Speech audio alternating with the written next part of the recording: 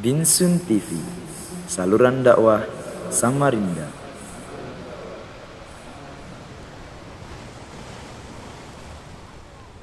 Assalamualaikum warahmatullahi wabarakatuh.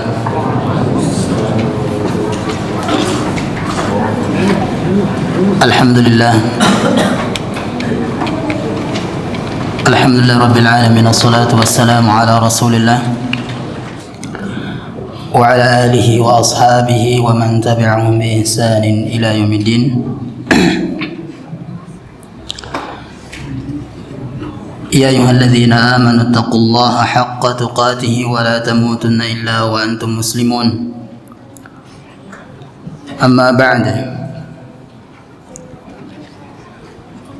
Para jemaah yang semoga dirahmati Allah Subhanahu wa taala. Alhamdulillah, pada malam hari ini kembali Allah Subhanahu wa taala memberikan kita hidayah untuk senantiasa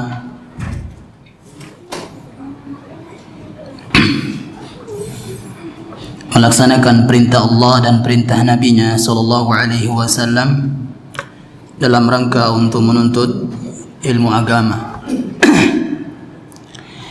Imam Ibnu Qayyim rahimahullah ta'ala pernah berkata bahwasanya ada 3 jalan seseorang itu bisa mendapatkan hidayah. Yang pertama adalah bi'ainihi. Seseorang bisa mendapatkan hidayah dengan kedua matanya, yaitu dengan melihat, membaca Al-Quran misalnya. Betapa banyak orang-orang yang kafir, mereka mendapatkan hidayah Islam setelah mereka membaca terjemahan Al-Quran, itu dengan kedua mata mereka. Jalan yang kedua adalah bi'uzunaihi, dengan kedua telinga mereka, dengan kedua telinga, yaitu dengan mendengarkan Al-Quran, mendengarkan ilmu agama. Dahulu para sahabat mereka menerima dakwah Nabi sallallahu alaihi wasallam sehingga masuk Islam. Betapa banyak dari mereka yang dapat hidayah ketika mereka mendengar bacaan Al-Quran. Seperti misalnya Jubair bin Mut'im radhiyallahu taala an. Ketika Nabi sallallahu alaihi wasallam membaca surah At-Tur, dan pada saat itu Jubair bin Mut'im mendengarkannya, lantas dia pun berkata, kada qalbi ayyatira, seolah-olah hatiku terbang, bergetar hatinya jemaah. Itu karena mendengar. Jadi jalan yang kedua untuk mendapatkan hidayah itu adalah dengan mendengar. Yang ketiga adalah dengan akalnya, ya, dengan hatinya. Akal itu ada yang mengatakan tempatnya di hati, ada yang mengatakan tempatnya di kepala. Maka Allah alam, yang paling dekat adalah tempatnya di hati.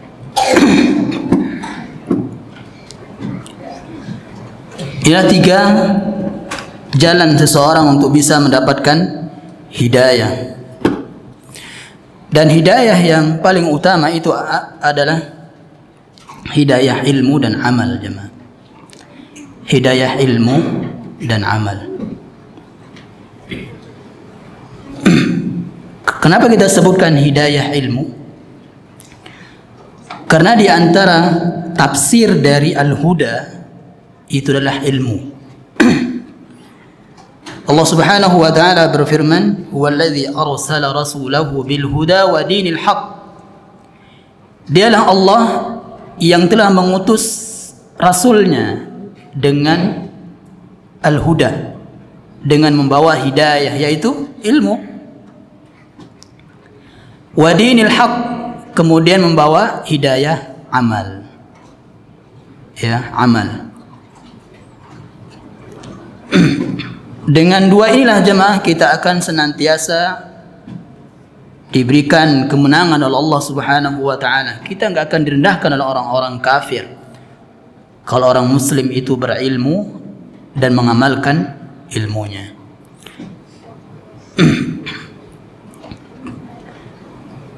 Dan itulah pentingnya menuntut ilmu agama itu jemaah.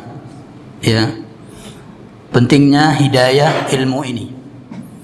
Karenanya semakin jauh seseorang dari menuntut ilmu agama, dia semakin dekat dengan maksiat. Semakin jauh seseorang dari menuntut ilmu agama, semakin dekat dengan maksiat.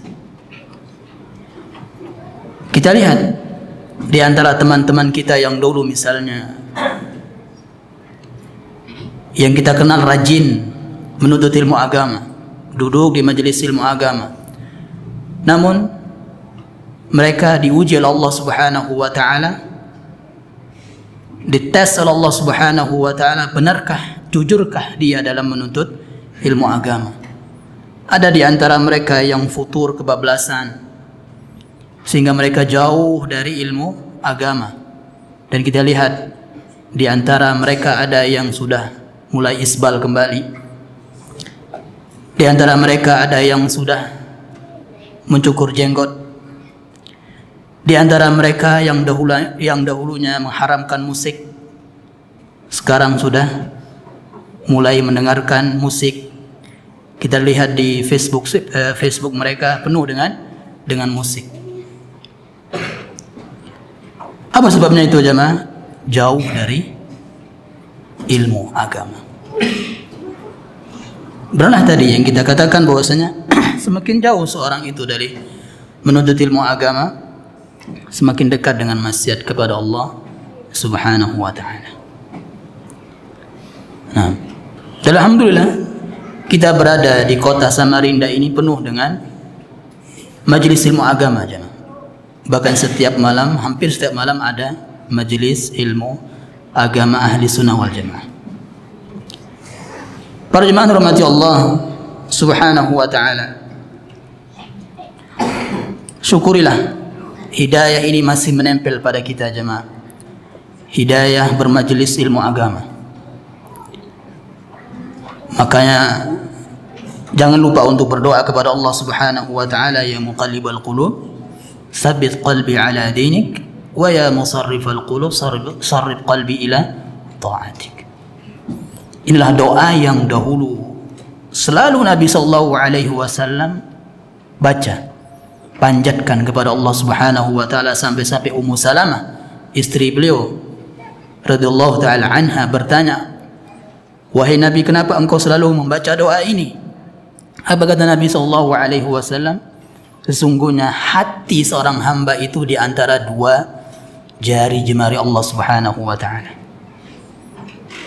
Sangat mudah untuk dibolak-balik oleh Allah Subhanahu wa taala. Maka kita berdoa, wahai zat yang membolak-balikkan hati, sabbit qalbi ala dinik, teguhkanlah aku di atas agamamu. Bagaimana cara kita agar teguh di atas agama jemaah? Ilmu agama. Ilmu agama. Kemudian teguhkanlah aku untuk selalu taat kepadamu. Dengan apa kita taat jemaah? Dengan ilmu agama. Taat di atas ilmu agama. Para jemaah dirahmati Allah Subhanahu wa taala. Kita akan lanjutkan kembali pembahasan kita, melanjutkan yang sebelumnya adalah fikih salat sunnah Nabi sallallahu alaihi wasallam. Selanjutnya salatu rak'ataini ba'da al-wudu'i. Salat 2 rakaat setelah wudu. Ini hukumnya sunnah.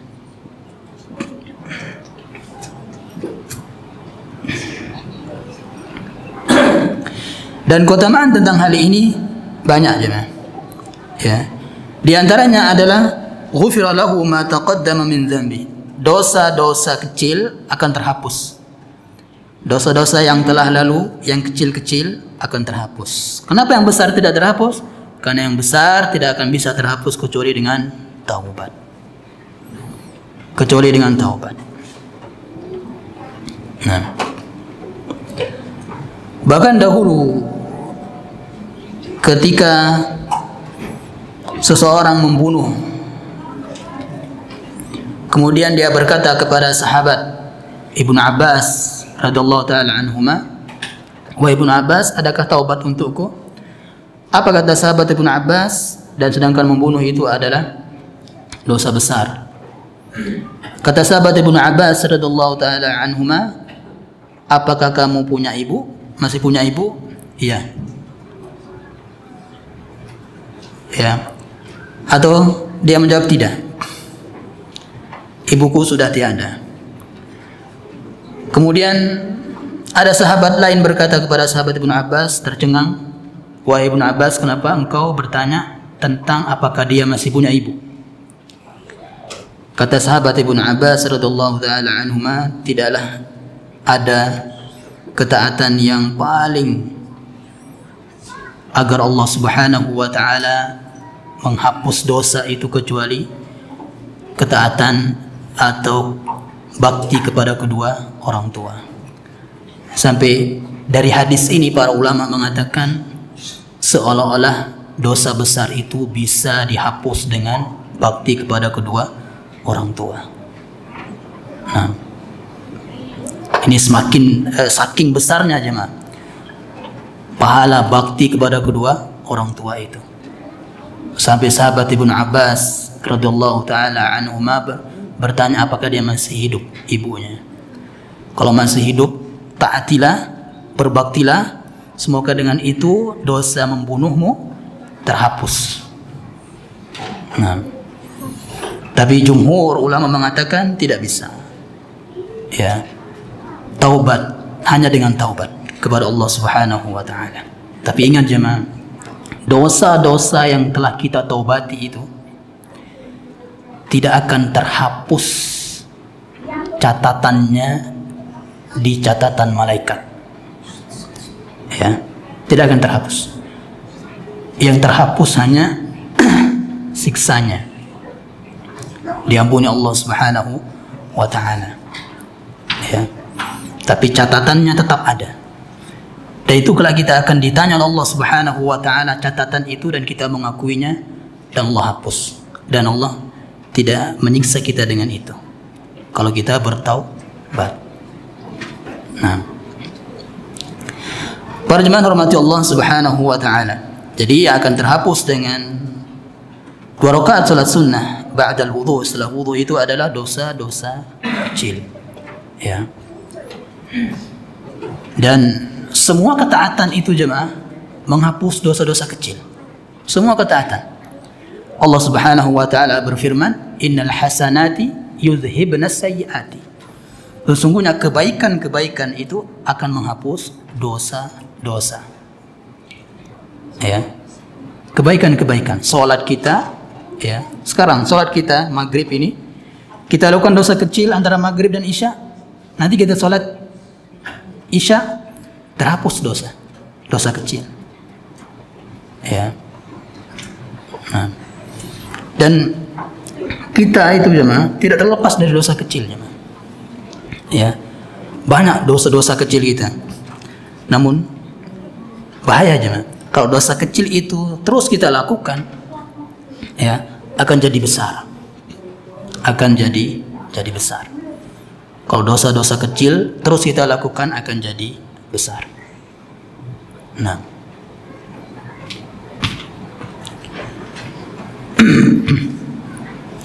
di antara dosa kecil yang akan terus jadi besar itu jemaah, melihat wanita yang bukan mahram. Ya. Awalnya dosa kecil. Tapi kalau terus dilakukan itu jadi jadi besar. Nah, definisi dosa kecil yang nggak ada disebutkan hukumannya di dunia dan di akhirat. Itu definisi dosa kecil. Definisi dosa besar kebalikannya, yang disebutkan hukumannya dalam Al-Quran atau hadis di dunia ataupun di akhirat. Seperti membunuh, hukumannya ada di dunia. Ya, berzina, hukumannya ada di dunia dan di akhirat juga. Dosa besar. Nah, terhapusnya dosa-dosa kecil dengan 2 rakaat sholat ini jemaah tidak mudah. Ternyata ada syaratnya. Ya. Syarat yang pertama adalah tentu wudhu kita harus sesuai dengan contoh Nabi SAW. Ya, syarat yang pertama, wudhu kita harus sesuai dengan contoh yang diajarkan Nabi SAW. Ya, hadisnya di sini disebutkan bahwasanya sahabat Utsman bin Affan radhiyallahu taala anhu menceritakan bagaimana wudhu Nabi SAW. Ya, dari awal sampai akhir sampai sempurna. Ya, ini menjelaskan bahwasanya wudhu itu harus sesuai dengan petunjuk Nabi SAW.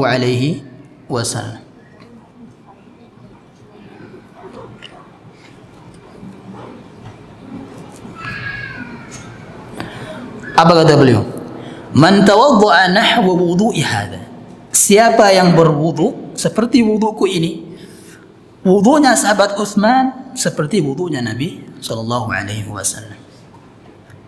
Tsumma shalla rak'ataini, kemudian dia salat 2 rakaat. La yuhditsu fihi ma nafsahu. Ya. Di sini ada 2 tafsir, ada 2 makna dari yuhditsu di sini. Yang pertama adalah ketika dia salat dia tidak berhadas. Ya. Alias tidak batal maksudnya. Kemudian ketika dia salat yang kedua adalah dia khusyuk. Dia khusyuk. Ya. Sebagaimana hadis yang lain, yuqbilu alaihi ma biqalbihi wa wajhihi. Ya, hatinya itu ada, hadirnya. Ya, ketika salat. Banyak di antara kita, jemaah, ya, salat, ya, tubuhnya aja yang salat, tapi hatinya entah kemana. Ya, hatinya di luar. Ada yang hatinya di kantornya, ada yang hatinya di dapur nanti makannya apa, ada yang hatinya buka puasanya nanti apa ya. Nah, misalnya, ya, ada yang hatinya entah kemana, ya, ada yang hatinya apalagi kalau sholat barusan debat, ya, hatinya itu di perdebatan tadi. Kenapa kamu nggak sampaikan dalil ini tadi, dalil ini tadi? Setan dibisikkan itu setan. Nah, itu khusyuk. Syaratnya berat ya, ya. Kenapa berat syaratnya? Karena itulah, ya, balasannya, keutamaannya berat. Dan surga itu nggak semudah ya, kita bayangkan. Surga itu luar biasa ya, keutamaannya luar biasa, dapat surga. Sehingga syaratnya luar biasa. Ya. Nabi SAW bersabda, ala inna sil'atallahi ghaliyah. Ketahuilah bahwasanya barang dagangan Allah itu mahal. Ya. Apa saja yang mahal sekarang jemaah itu luar biasa ya harganya. Kualitasnya yang kita beli itu. Ya. Katanya ada harga, ada barang, ada kualitas ya kan? Atau sebaliknya lah, apa kata orang. Nah, nah itu jemaah. Surga ini surga, ya, dambaan kita semua. Ya. Ala inna sil'atallahi ghaliyah. Ala inna sil'atallahi hiyal jannah. Barang dagangan Allah itu adalah surga. Ya. Makanya kata Imam Ahmad jemaah, ya, kapan kita berhenti untuk capek? Kapan kita akan merasakan rehat jemaah? Ya, ketika pertama kali kita melangkahkan kaki kita ke dalam surga. Nah, itu kata Imam Ahmad rahimahullah taala. Baru merasakan lega. Ya.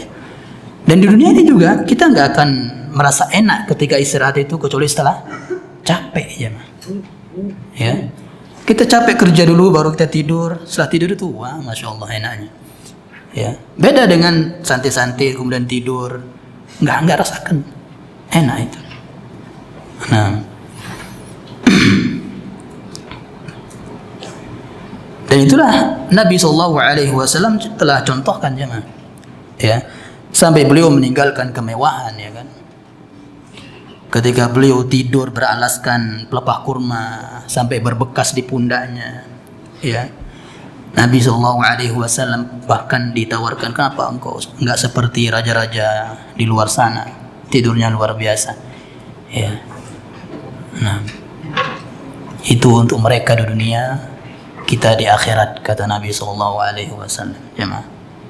ya. Nah, dan kita itu jauh dari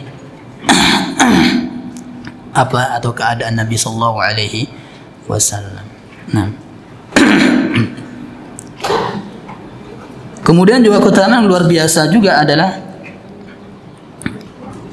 sahabat Bilal radhiyallahu taala anhu, ya, sahabat Bilal radhiyallahu taala anhu ketika Nabi SAW Mi'raj, ya, Mi'raj naik ke langit. Nabi SAW diperlihatkan atau surga, ya, melihat keadaan surga. Yang pertama kali ia dengar adalah di antara keterangan para ulama hadis adalah terompahnya Bilal, ya. Sampai ketika Nabi datang ke dunia kembali bertanya kepada Bilal, wahai Bilal, ada apa dengan engkau wahai Bilal? Kenapa suara sandalmu itu mendahului aku masuk surga? Nah, apa kata Bilal? Tidaklah aku berhadas kecuali saya berwudu dan sholat dua rakaat. Ya, setiap dia berhadas, berwudu, sholat 2 rakaat. Berhadas, berwudu, sholat 2 rakaat. Terus seperti itu. Kita ini nggak mampu seperti itu, jangan. Ya, tidak mampu. Jadi berhadas nih, manusia itu berhadas nih. Ada cerita, kalau ada cerita Imam Abu Hanifah itu katanya berapa tahun nggak berhadas, ya kan? Nah, itu dusta pasti itu, jangan. Atau dari siang malam nggak berhadas, ya, dusta. Nah, nggak masuk akal. Ya, itu sholat sunnah 2 rakaat setelah wudu. Kemudian selanjutnya sholat tahiyatul masjid, ya.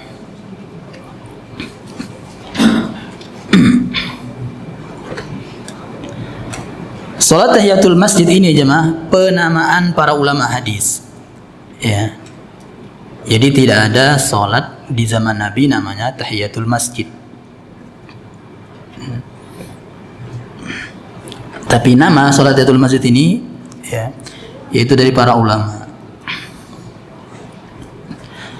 Hukumnya, ya, sunnah yang ditekankan. Hukumnya. Ada sebagian ulama mengatakan wajib seperti Imam Ibn Hazm, ya, yang bermazhab zahiri kontekstual. Imam Ibn Hazm mengatakan wajib. Dan sebagian ulama kontemporer juga mengambil pendapat itu hukumnya wajib, seperti Syekh Albani misalnya dan syekh yang lainnya. Kita lihat sekarang. Ternyata ada ijma para ulama yang menjelaskan bahwasanya hukum tahiyatul masjid itu adalah sunnah, tapi dimakruhkan untuk meninggalkannya tanpa uzur, jemaah. Makruh, ya.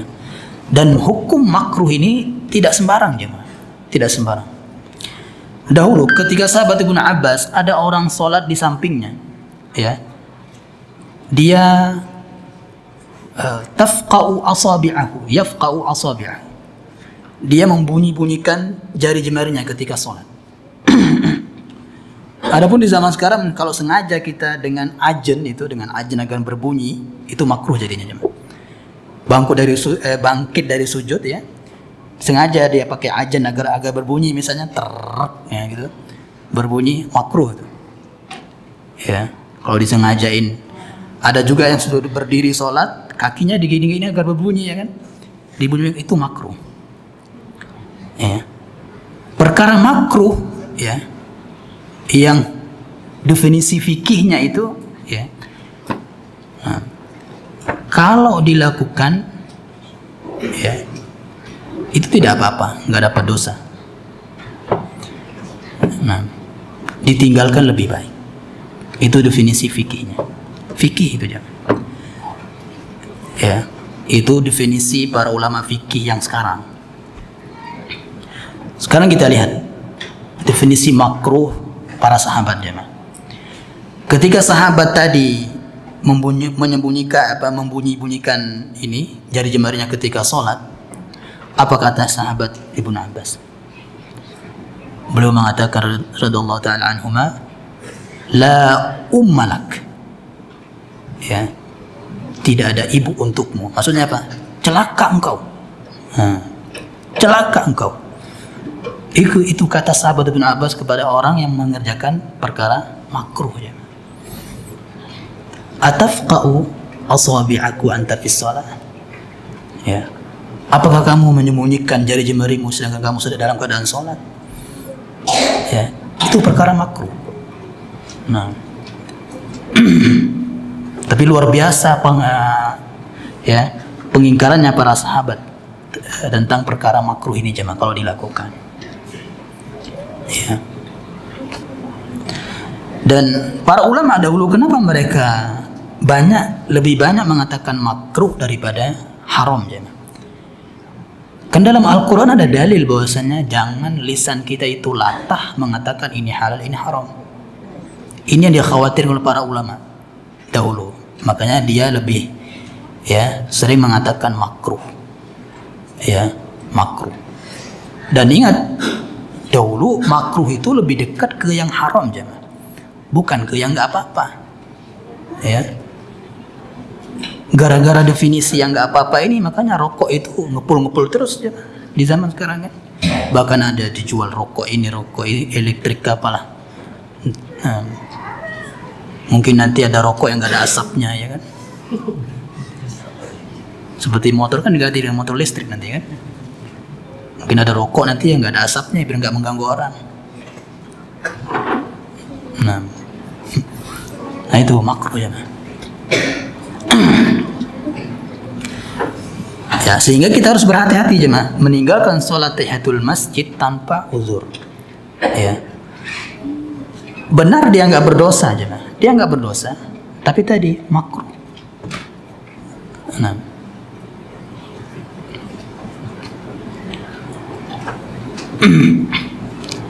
Jadi ada ijma' para ulama bahwasanya istihbab tahiyatul masjid. Ya, sunnah hukumnya tahiyatul masjid itu. Sehingga para ulama mengatakan sunnah muakkadah. Ya. Nah. Kemudian juga Syekh Al-Utsaimin juga mengatakan al-qaulu bi wujubi tahiyatil masjid qaulun qawiyyun. Pendapat yang mengatakan wajibnya tahiyatul masjid itu pendapat yang kuat, jemaah. Walakin al-aqraba al-qaulu bi annaha sunnatun muakkadatun. Tapi yang paling dekat dengan kebenaran itu ya adalah sunnah muakkadah wal ilmu indallah ta'ala. Nah ini sunnah muakkadah yang sangat ditekankan.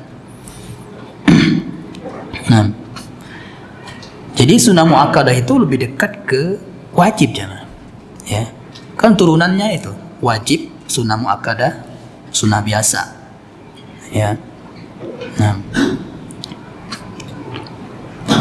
Dan Imam Asy-Syatibi ya rahimahullah taala dia mengatakan kalau ada khilaf para ulama yang mengatakan A wajib, B sunnah, dua ini aja, wajib dan sunnah, khilaf para ulama misalnya ya, maka jalan keluar dari khilaf itu adalah melakukannya ya, melakukannya. Kita sudah melakukannya. Kalau ada orang mengatakan wajib, iya saya sudah melakukannya. Ada yang mengatakan sunnah, oke, saya juga sudah melakukannya. Nah itu kata Imam Syatibi. Ya. Seperti apa contohnya juga cadarannya. Itu para ulama berselisih pendapat, ada hukumnya wajib dan sunnah. Ya, sunnah. Tidak seperti kata Bang Roma Irama ya kan. Nah. Jadi merembet terus itu fatwanya Bang Roma Irama ini. Tadinya celana cingkrang, sekarang cadar lagi. Ya. Nah. Jadi jangan keluar dari sunnah. Jadi dua khilaf itu, cadar yang tadi hukumnya wajib atau sunnah itu, melakukannya. Ya, melakukannya. Lihat Syekh Albani rahimahullah ta'ala, ya. Dia memfatwakan hukumnya sunnah. Ya. Tapi semua istrinya dan anak-anak perempuannya pakai cadar. Ya. Tidak seperti sekarang kita. Hukumnya sunnah, nggak apa-apa lah. Ya, itu beda kita dengan para ulama jemaah. Ya, para ulama itu. Ya. Jadi dia tidak egois gitu loh. Ya. Dia tidak keras sama orang, lembek pada dirinya sendiri. Itu ada banyak. Keras sama orang ini, tapi pada dirinya sendiri lembek. Lihat Syekh Albani. Ya. Pada orang fatwanya sunnah. Ya. Tapi dia berpegang teguh dengan ya melakukannya. Nah, jadi seolah-olah Syekh Albani mencontohkan kita seperti inilah yang namanya berpegang teguh dengan Al-Quran dan Sunnah. Ya. Nah, ya itu hukumnya. Ya.